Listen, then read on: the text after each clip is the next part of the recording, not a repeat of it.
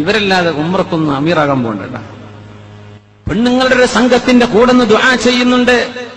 മക്കയിലും മദീനത്തും പെണ്ണുങ്ങളൊരു സംഘം ഉസ്താദിന്റെ കയ്യിനോട് ചാരി നിന്ന് വെറും പെണ്ണുങ്ങൾ മാത്രം, പെണ്ണുങ്ങൾക്ക് മാത്രമുള്ള ഒരു ദുആ.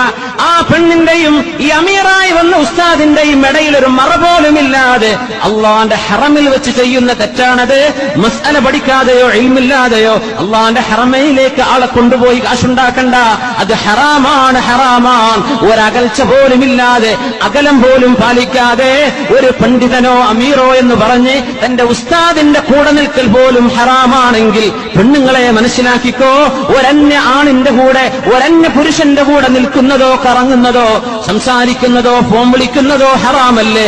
ഇങ്ങനെ ഹറാമുകൾ മരണം വരെ ചെയ്തു കൂട്ടിയിട്ട് എങ്ങനെയാണ് യാ അയ്യതുഹൻ നഫ്സുൽ മുത്മഇന്ന, ശരീരം അല്ലാഹു പറഞ്ഞ പോലെ ജീവിച്ച ആത്മാവ്, സംതൃപ്തി പോണ്ട ആത്മാവേ, ഇർജിഇ ഇലാ റബ്ബികി റാദിയതൻ മർദിയ, അല്ലാഹുവിന്റെ സ്വർഗ്ഗത്തിലേക്ക് പോര് എന്ന് എങ്ങനെയാ നമ്മളോടൊക്കെ പറയാ മലക്കുകൾ? എങ്ങനെ പറയാൻ പറ്റും? ജീവിതകാലം തെറ്റുകൾ മുഴുവനും കൊണ്ടു നടന്നിട്ട് കണ്ണു സൂക്ഷിക്കാതെ സ്വർഗം കിട്ടില്ല മുഅ്മിനേ.